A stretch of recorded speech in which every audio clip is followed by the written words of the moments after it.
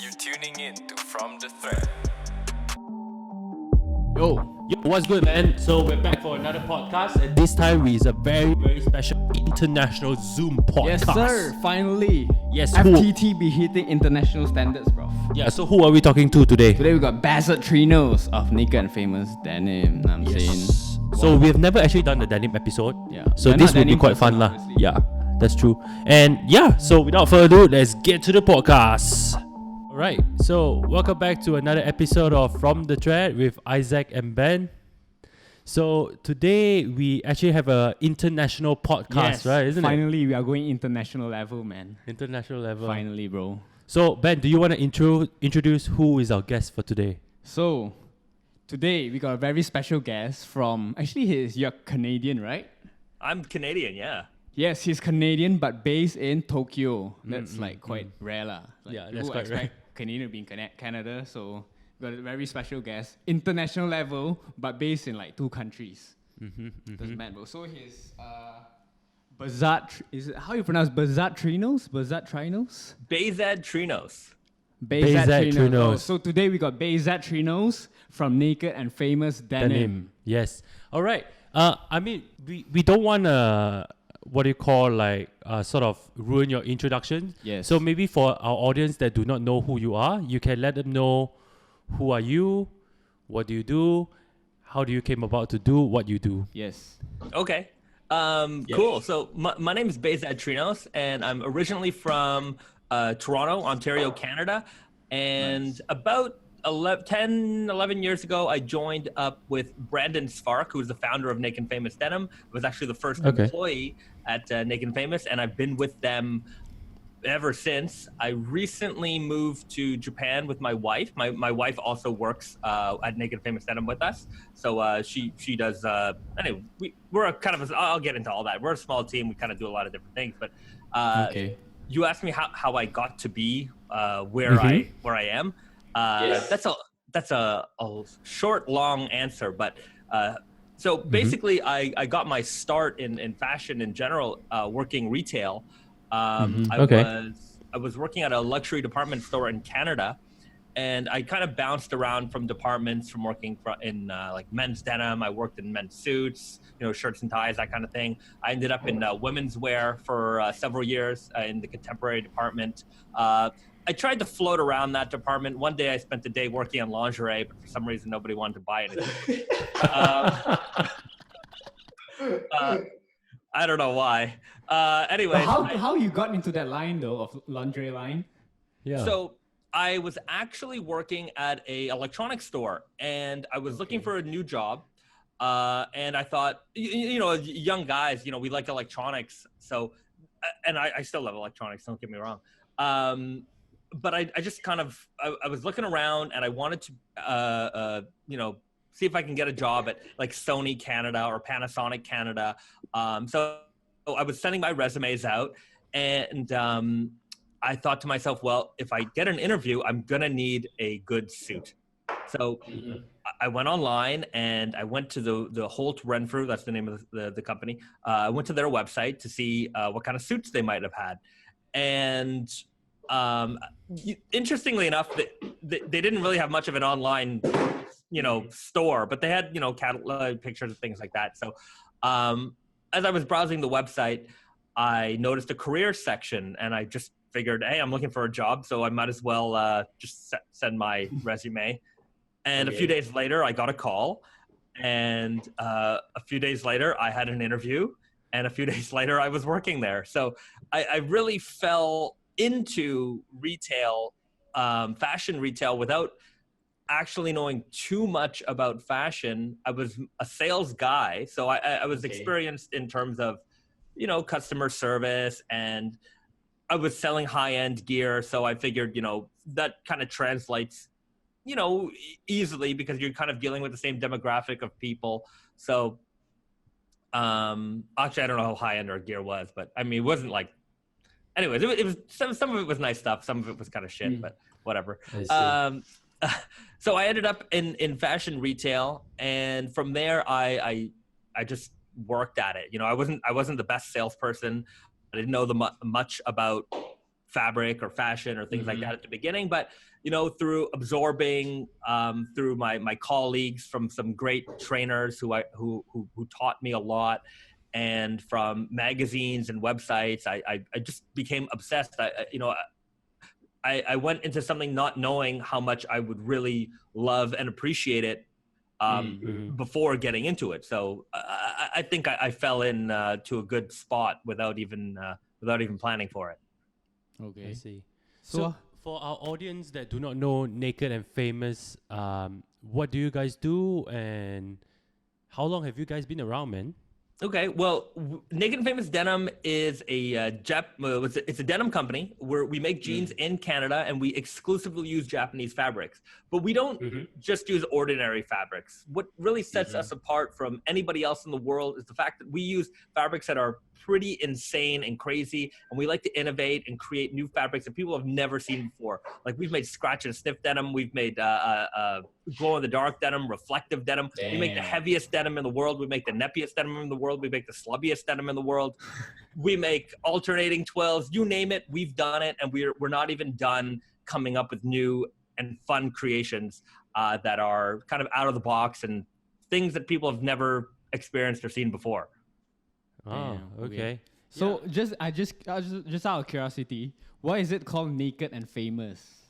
So the name and the logo are kind of poking fun at the celebrity obsessed culture that we live in. And I don't know if you guys remember back to Naked and Famous Denim started in 2008, roughly around there.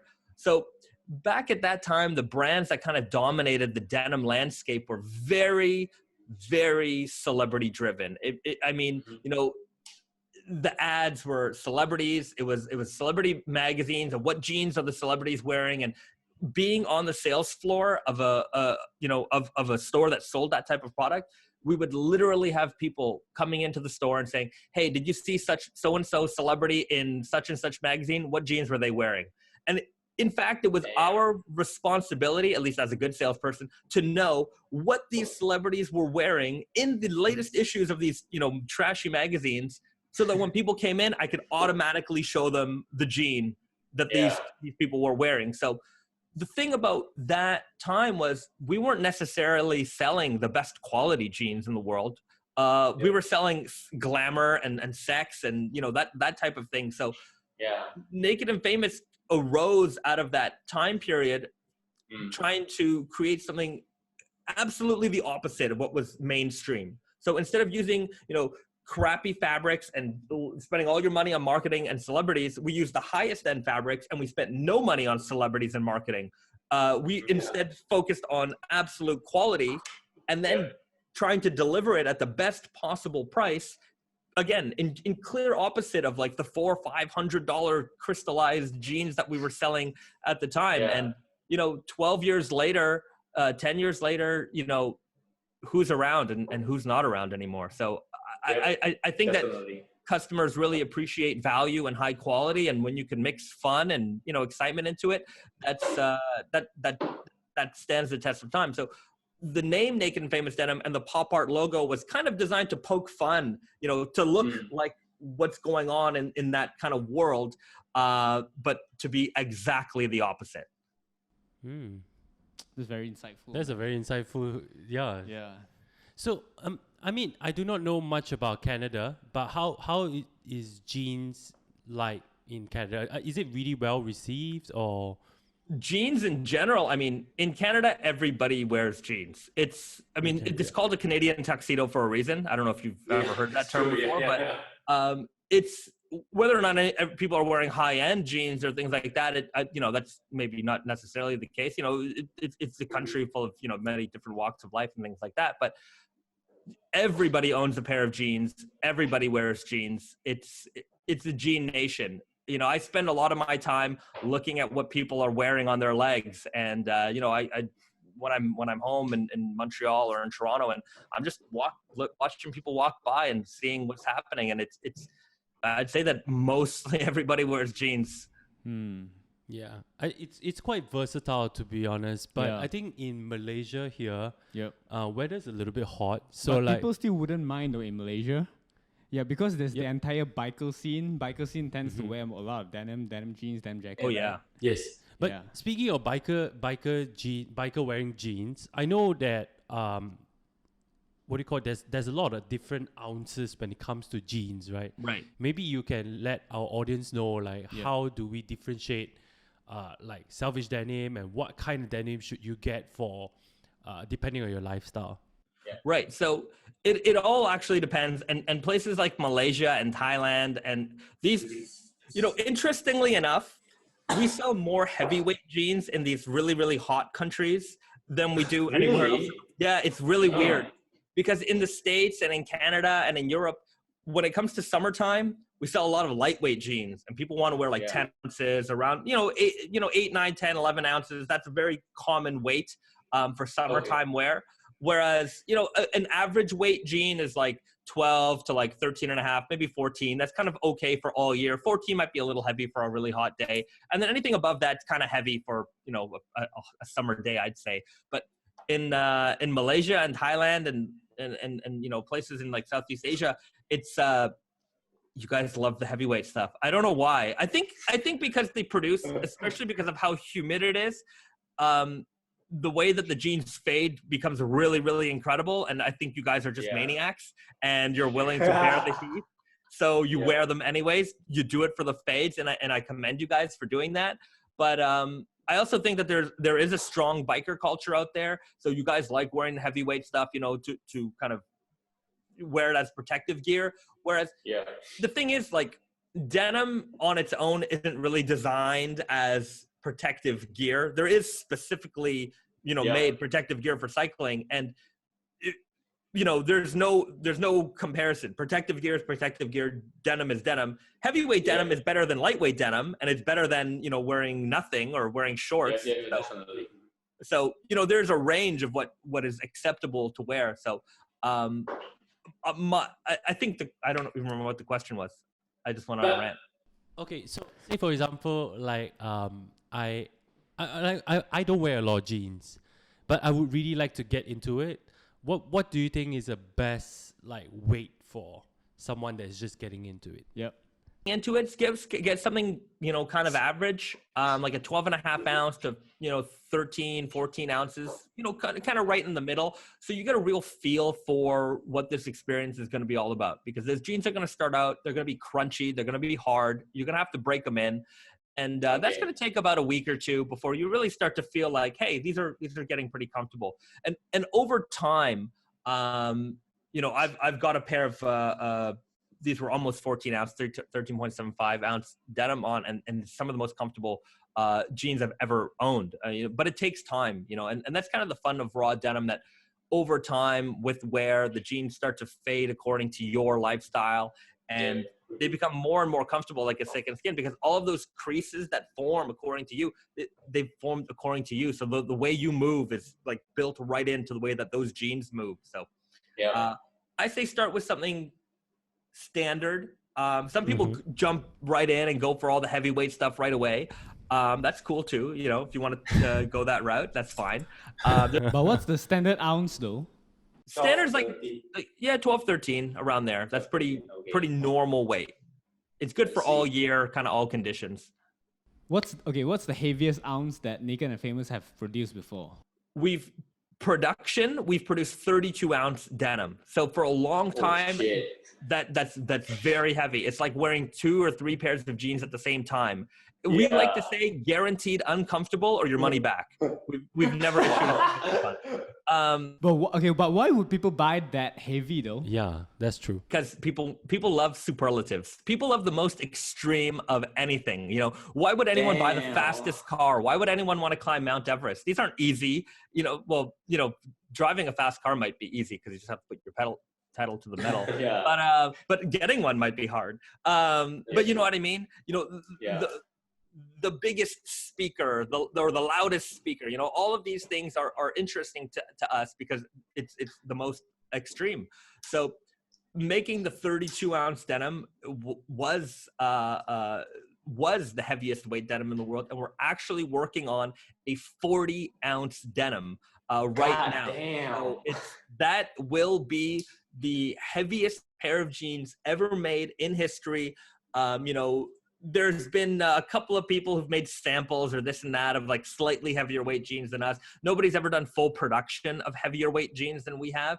But you know what? We're going to smash them all because we have in our possession 40-ounce denim. We're, before this whole like lockdown stuff, we were in the middle of doing sewing testing on it. So hopefully by the end of the year, we'll have some pairs out, and Nice. we're going to reign supreme once again. Every time there's been an innovation or a push in the heaviest weight denim in the world, we've always been there. So from 21 ounce, 24 ounce, 32 ounce, 40 ounces, naked and famous denim and heavyweight denim, it's synonymous.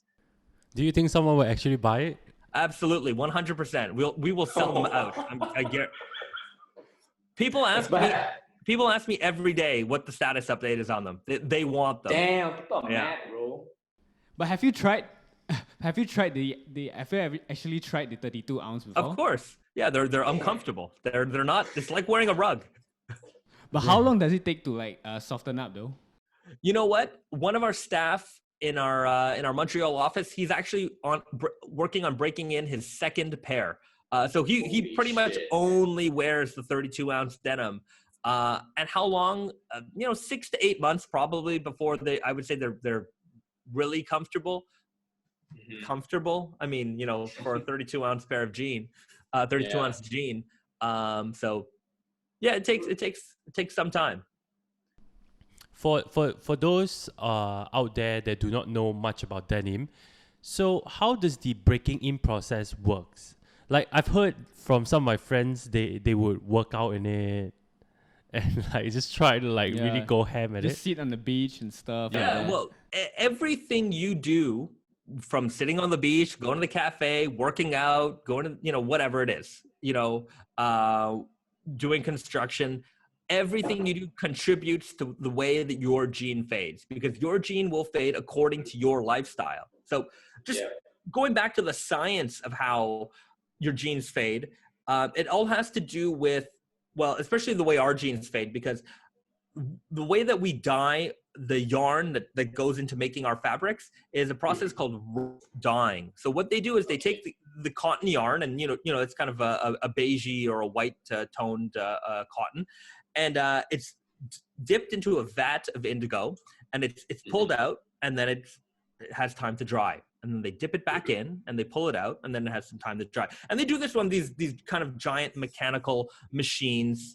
So it's it's a mechanical process. But and this process, the amount of dips that the yarn goes through, it can vary, depending on the color and the dye penetration that they want to achieve. But what's important to remember is that the yarn is never left inside the indigo bath long enough for the indigo to fully penetrate to the core of the yarn. So what you have is a cotton yarn with layer of indigo and layer and layer and layer of indigo on top until you have a white center core. So all those different layers of indigo are caked on top of this cotton yarn, and they're all slightly different hues of blue. So as you wear your jeans, those layers start to break away, and until they reveal that white center core yarn. This is also why Japanese denim fades the best in the world. So as you wear your jeans, as you live your life, those layers of indigo start to fade away and break away, revealing that white core yarn underneath, and showing off those creases and those heavy wear patterns on your jeans. I actually never knew about that, man. Yeah. That's actually pretty cool. Yeah, that's pretty cool. I thought because usually I thought it's just like the color fading. I didn't know there's multiple layers to it. Now it makes sense. Yes. Okay. Damn. Okay. But yeah, I mean, to be honest, like I've always liked denim, but the process of trying them on is tough, man. Like to find the right pair, you just really have to keep on going on and on you need and to on keep trying to get the right fit that you want. Yeah. Usually. It's because you're going to the wrong places. Oh, yeah, man. I agree. If you go to a proper denim shop, your salesperson, more or less should be able to look at you and within 2 or 3 pairs have the right pair for you. That's an experienced denim salesperson. Anybody who gives you 10 pairs of jeans to try on, they're just handing you jeans. They're not That's actually true. they're not showing you what's right for you. Yeah. So now you're based in Japan, right? Right. So why that move? Is Naked and Famous Denim moving towards being in Japan, or No. So Naked and Famous Denim is a Canadian company. We've been making, in fact, it's a family business. So the owner of Naked and Famous Denim, Brandon Spark, his grandfather actually started, our parent kind of company, our group that we're in. So Okay. it started with Brandon's grandfather, then his father, and then when Brandon entered the business, he kind of took it for a different direction and made kind of a premium jeans line, whereas the history of our company is tied into workwear. So we've been making jeans and workwear in Canada for over 70 years. We own our factories, we own our office building. So we're very heavily rooted in the community in Montreal, in Canada. So there's no intention of moving the headquarters or anything like that elsewhere. The reason I moved to Japan with my wife is, mostly to be closer to family here. And it also gives us now, as we grow, we'll have an Asian HQ. That's something that we never had before. So, being able to go to Malaysia or Singapore or Thailand or Korea and, visiting customers, Taiwan, on a regular basis, making FaceTime. So these are things that are going to be a little bit more possible. And I know that a lot of our Asian customers, sometimes they don't get around to, especially right now. I mean, there aren't going to be any trade shows in the fall, but when that, thing kind of opens up again, and we'll have showrooms here in Tokyo, so we'll be able to manage more of the Asian market and grow that a little bit more, being closer to this part of the world. so it's more like an expansion, right? Sure, you could consider it that. I see. Okay. So Wow. So I got this question. So what's the difference between, like, how to say, Naked and Famous Denim in comparison to brands like Tom Ford, Saint Laurent that produces denim as well? It's like, why would people go for Naked and Famous rather than high-end designer brands? Well, I mean, if you want somebody else's name on your jeans, then there's only one way to do that, and so that means you got to pay the big bucks. But you're not paying for our ego. You're not paying for our millions of dollars of marketing and ad campaigns and things like that. And what you are paying for, and I'm going to say it, that there's no fashion house in the world that could compete with the quality of denim products that we make. It doesn't exist. Those guys, they make jeans because their collection requires them to have a couple of pairs of jeans in it, so they make it. And that's it. And people are going to spend exorbitant amounts of money, even with, there's no, well, that's not true. I was about to say there's no reason why a jean shouldn't cost that much, but there is a reason, because people's egos cost a lot of money. And depending on whose ego it is that you're dealing with, then that's how much you pay. But we don't believe in that. We're a value-driven brand. There's no bullshit in our pricing, and our pricing is still better than pretty much anybody else in the market making even a close to a comparable product.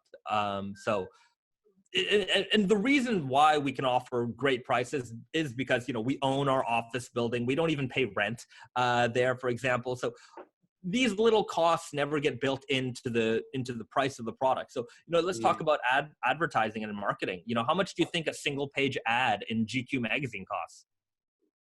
I don't know, 10 racks. Millions. Yeah, it's 10 grand. Yeah. Oh shit. Right. Wow. Okay. So That's a lot, man. that's a lot of money, right? How many ads do you think these fashion companies are running per month? They're not just putting it in one magazine. They're putting it in every magazine in the entire world. They've got billboards in all the best places in the world. So all of that marketing cost, it doesn't disappear. You have to pay for those ads. And those payments go directly into the product that you're paying for. So that's sure, they've got nice designs. That's nice, We've got nice designs too. Are theirs better? I don't know. It's subjective, I'm sure. They'll say that theirs is the best. I'll say ours is the best. That's natural, Yeah, that's true. Who's got the best camera, Sony or Canon? Both of them will tell you they're the best. So Exactly. So why would you buy those? Only if you want them. If you want to compare specs, I think that might be hard to do in jeans sometimes because again, you're paying for design and egos and things like that, and that's subjective. So, So basically, end of the day is whether you want to pay for your ego or pay for quality denim. right, yeah. So you might get a hot date if you have somebody else's jeans on. They might notice you, but there's not a lot of branding on our jeans, so. So that's the point. So speaking of branding, so how is unbranded denim related to Naked and Famous? It's owned by us. We design and develop the entire collection. So unbranded is like the little brother to Naked and Famous denim. For a lot of people, it's their first pair of raw jeans because the price point is so aggressive. And yeah, it's a no frills brand.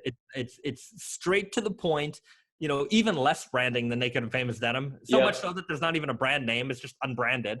The leather patch has What's the nothing on it. reason behind the creation of that brand though? Why do you need to have a sub brand? Because another thing that kind of pissed us off back in the early days of Naked and Famous was a lot of these sub $100 fashion brands that were out there, and they were selling you just garbage, just straight garbage. And we thought, you know what, we can make a way better jean at a way better price in their price range. And so that was it. We wanted to attack that market hard. Fast fashion. Yeah. And right.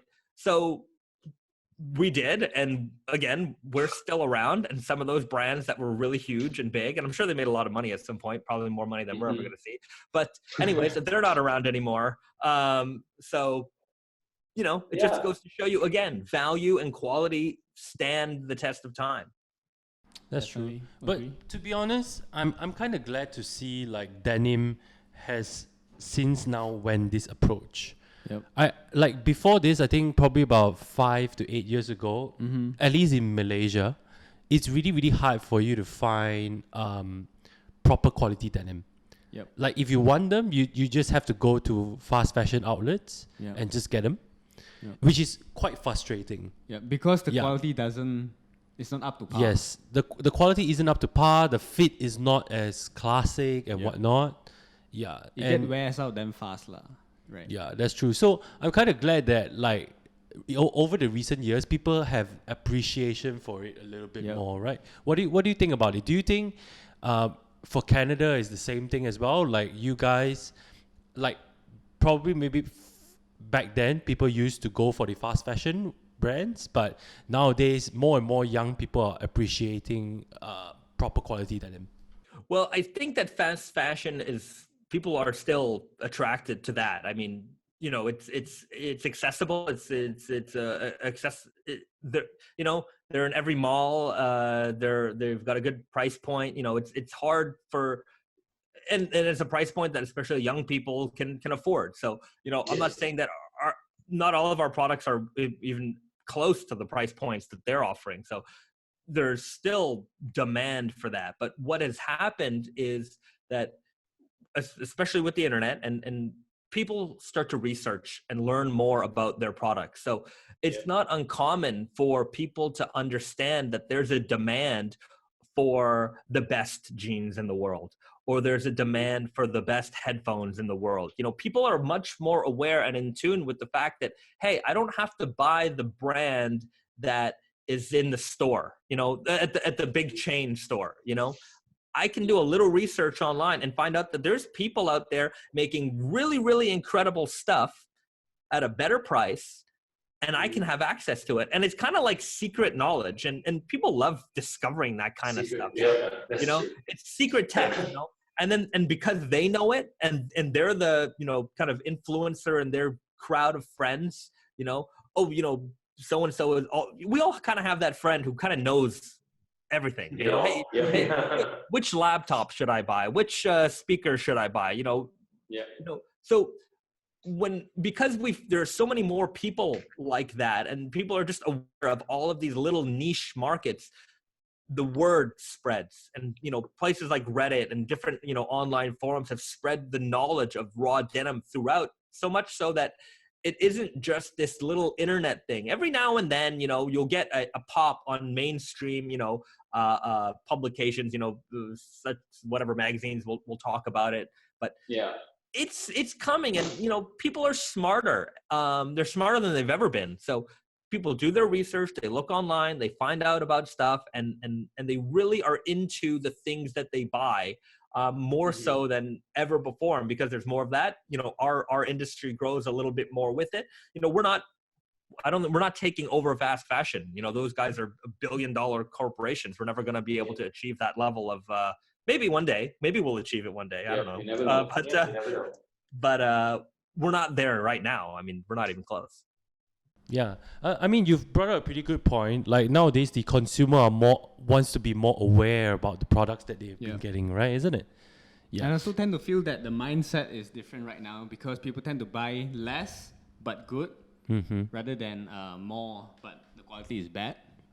That's true. But speaking of being aware about your products, is then like how Naked and Famous is going in the future? Are you guys gonna be more sustainable in a sense that because nowadays sustainability fashion seems to be like the thing? Yep. Oh, I love that you asked this question because sustainability in fashion is one of the biggest shams that there is. I mean, I think that a lot of these brands that talk about sustainability, their messaging is often, we're more sustainable than we've ever been before. And I'm like, yeah, that's because you were really shitty before. And you're less, you're just less shitty now. And that doesn't mean anything, So the biggest, and if we look at any industry, you're always going to find the dirty parts of any industry. And the dirty part of denim is, there's all kinds of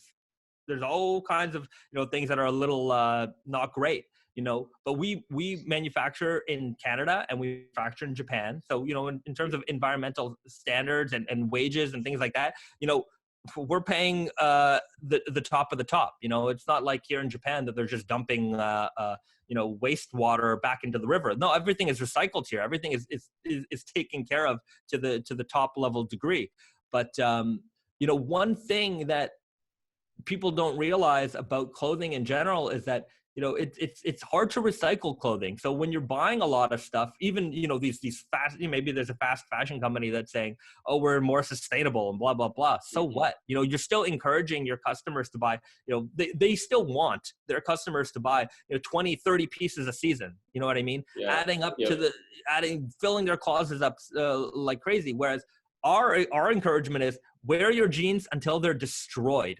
Right? Yeah. So there are some people who buy a new pair of jeans, more frequently than others. Some people like collecting our products, but for the most part, what's really going to make your clothing really sustainable is the fact that, number one, our jeans are raw. There's no wash processes. There's no acid washes or bleaches or heavy chemicals used to distress and, make our jeans broken before we even sell them to you. Then you have customers who are wearing their jeans, washing them less frequently. So of course, even in terms of water consumption, you're not washing your jeans after every wear or every other wear, like, you would do with maybe, another garment. We're encouraging our customers, wash them only when necessary, right? Yeah. And wear them for a long time, repair them, patch them, make those jeans last forever. I've got Naked and Famous pairs that I've been wearing for 5 or 6 years, patched up, fixed up. But did you wash it though? Yeah, of course. You have to wash them eventually. You know what I mean? Like things get dirty, and that's not to say that you should never wash your jeans. Of course, you have to eventually take care of your products. But overwashing or washing them too frequently, those are things that are probably not they are not necessary.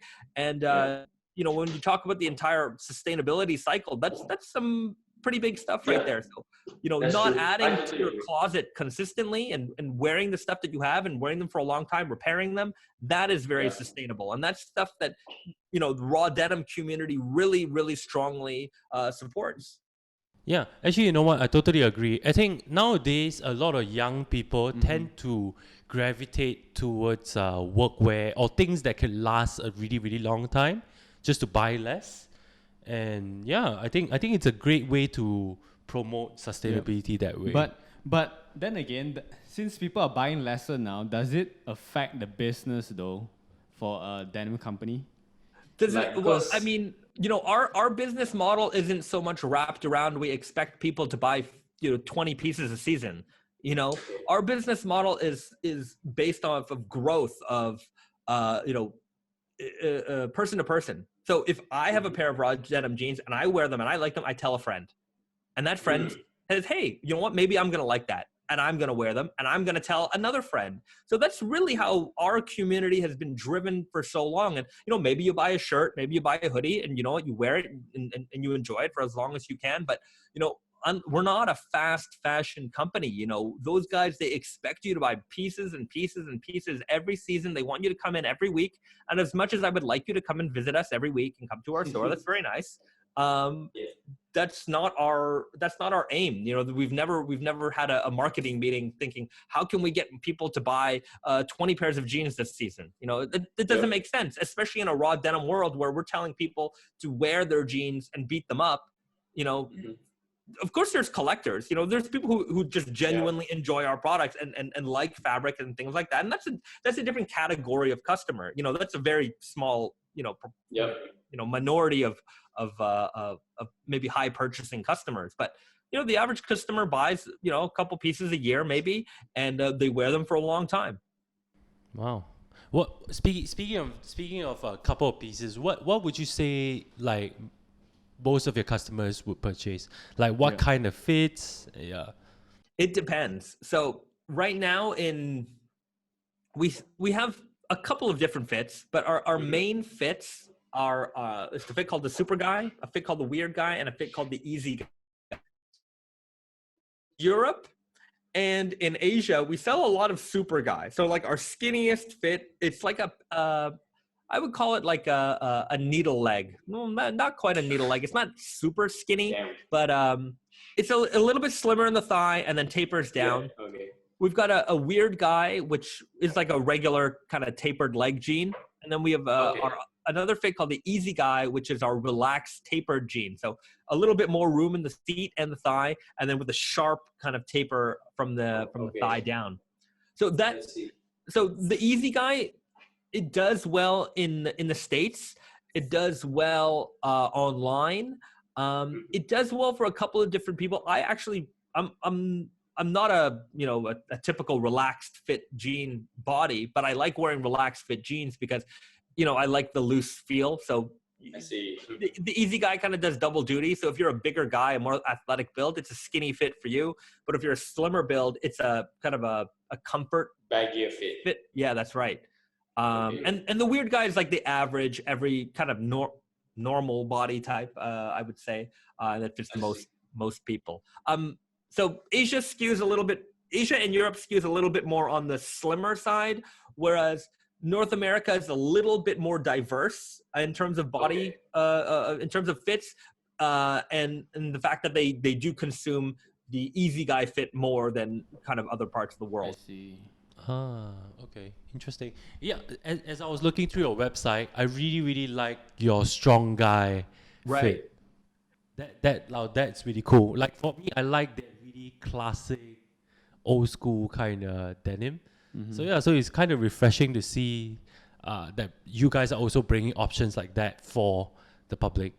Sure. Like the strong guy, that's kind of like a vintage inspired fit. And, it also kind of reminds me back to like growing up where baggy jeans was, that's what thing. It wasn't just the thing. It was the only thing. There wasn't an option. Like there was no such thing as skinny jeans. It was, you wear baggy jeans and that's all that there is. So, that's what I wore. And I kind of like that look. I was wearing a lot of that last summer. It's not our best seller. I think it's a little bit, I think people are very used to very the current line of classic fits, which tend to be a little bit slimmer. The modern classic fit. Anyway, slimmer bodies. Like we have another fit called the Groovy Guy, which is, like a boot cut bell bottom straight out of the 70s. So 60s and 70s. So it's kind of inspired from that era. again, I really like that fit. I love wearing it. I feel so cool when I wear that. But Yeah. But boot cuts are coming back though. Yeah, I agree. Boot cuts are coming back as well. yeah, in like a fashion circle, it's there. Also there with the like the wider leg jeans, but like mainstream penetration, it's just not there. Yeah, That's definitely. true. I agree. So let's talk a little bit about Japan. Sure. I know that jeans is probably originated in North America. I mean, it is originated in North America, right? Well, it's original. The fabric originated in Europe, but jeans as we know them today mostly originated in the United States. Well, they originated in the United States. They were popularized there, right? Right. So it started off as workwear, and people think that Levi's was the first jeans brand, but it wasn't. There were in fact many jeans brands before that. They're famous for patenting the riveted jeans. So but of course they became the most famous jeans brand in the entire world, of course. So good for The them. most recognizable one, at least. No question about it. Yeah. Okay. So, I mean, obviously, we do know denim is really, really popularized and branded as really American in a way, and workwear, of course. But I think in the recent years, Japan and Asia has really taken the mantle of being really forward and unique in their denim making and whatnot, especially Japan. So now you have been in Japan for a while, I'm guessing, and what do you think about the denim industry there, and what could Naked and Famous learn from the Japanese maker? Well, we've been working with Japanese fabric mills since our very beginning, so we're very familiar with what types of fabrics can be made here, who's good at making what. So we're very well versed in that.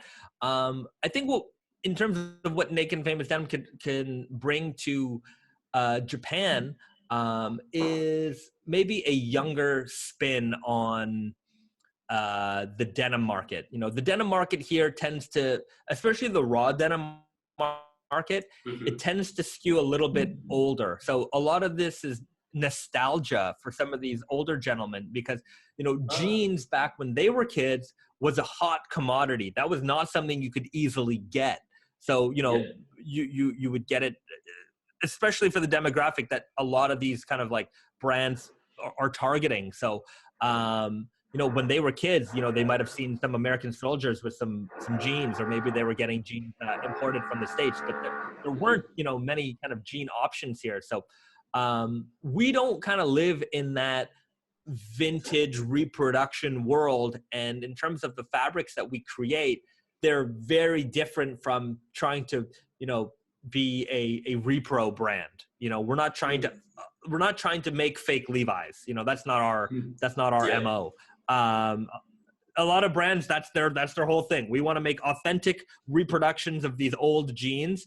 And okay, I mean, Levi's still makes these jeans, but anyways, that's another story. So we do fun and interesting and very, very different things. And of course we cross over. There are people who are really, really into denim who might see something that we make and, that'll appeal to them. But we also kind of try to do fun things that might appeal to and in terms of fits, I think we appeal to a younger audience as well.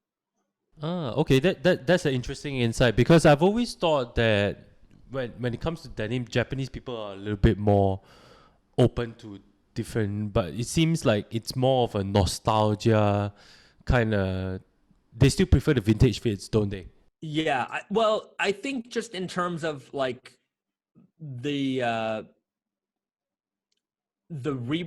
course, like even if young people, like, I think they would rather buy vintage jeans, like beat up, worn in jeans, than like raw jean, right? Because that raw jean stuff, I find that it tends to skew a little bit older for that nostalgia crowd, or the motorcycle kind of enthusiast crowd as well, which also tends to skew a little bit older out here. Interesting. So why people tend to always brag about Japanese denim, Japanese fabric? What's the difference though? Well, you think about Japan's just history of dyeing and fabric making. Okay. You know, there's so much tradition wrapped up in traditional Japanese handicraft and traditional indigo dyeing here, that when you combine that knowledge with the knowledge of production and innovation, you can really create some fantastic fabrics that are going to appeal to denim lovers and fabric lovers. And you know what? Sometimes some people don't even know that they're lovers of either one of those things. They just happen to see a fabric and it looks special to them, and they have no idea why. It just looks really cool. And I'm sure it's happened to all of us before. You see something that Yeah, you've never of seen course. before, and you're like, "Wow, that's incredible! What is this?" And so Yeah. we're able to do that here because there's a rich history of dyeing and making and innovation as well. I see. Okay. So, we are coming to the end of the podcast. Before we leave, maybe we just want to know just one last question. Like, any tips for people out there who really wants to get into the denim industry, or someone that is, just up and coming, wants to get into the industry? Sure. I mean, whether it's the denim industry or just the fashion industry in general, I always tell people to work retail. You need to spend some time on that denim floor. There's that I forget what the book was called, but Malcolm Gladwell, he famously kind of termed that you need 10,000 hours to be an expert at anything. So I would say work at least that many hours in a retail store, and that's a couple years.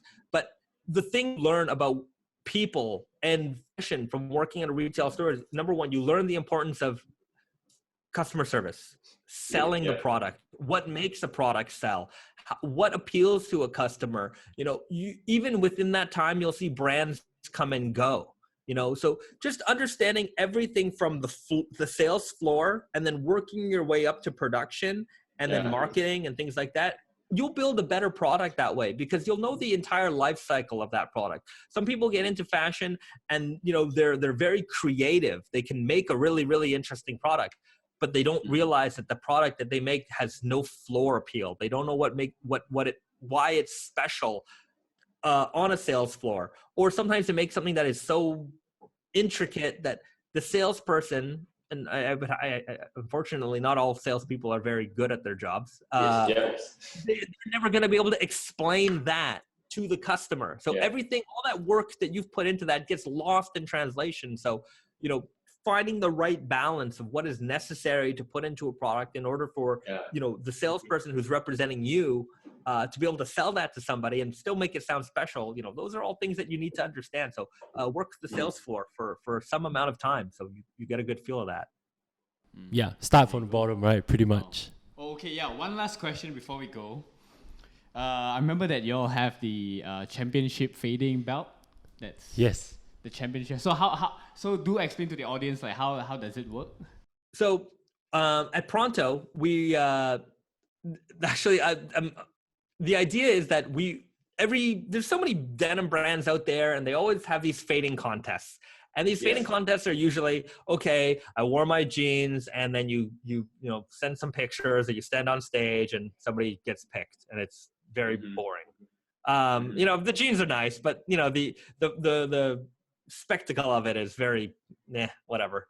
So we wanted to create a denim battle royal. So what would happen is, for the first time ever, two people would come together, and they would show off their jeans, and they talk a little smack to one another, and they kind of promo on one another. Of course, we'll try to stay respectful, but the point is that you got to not only be able to walk the walk, but you got to be able to talk the talk.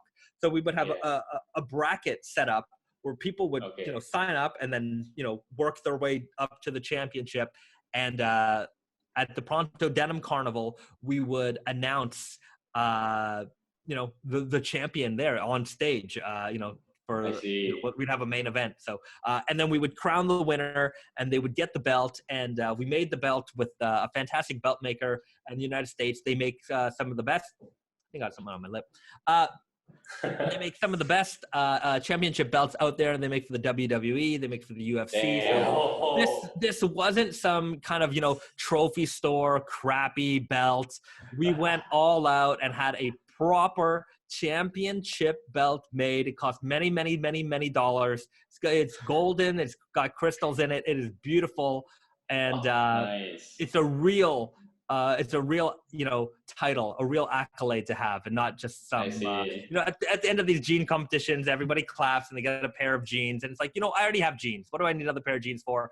I want the respect. I want the notoriety that comes with the championship title. And we're the only company that had the balls to go out and make a title and do it. And we hope to be able to have this competition, at the next carnival. Is it going to be a yearly thing or? Is it annually? Yeah. Is it going to be annually or just one-off? You never know. We'll see what the participation is like on this. But if people are really into it, then we'll do it annually. It'll be fun. And then maybe one day we'll be. I think we will get ready for that. Yeah.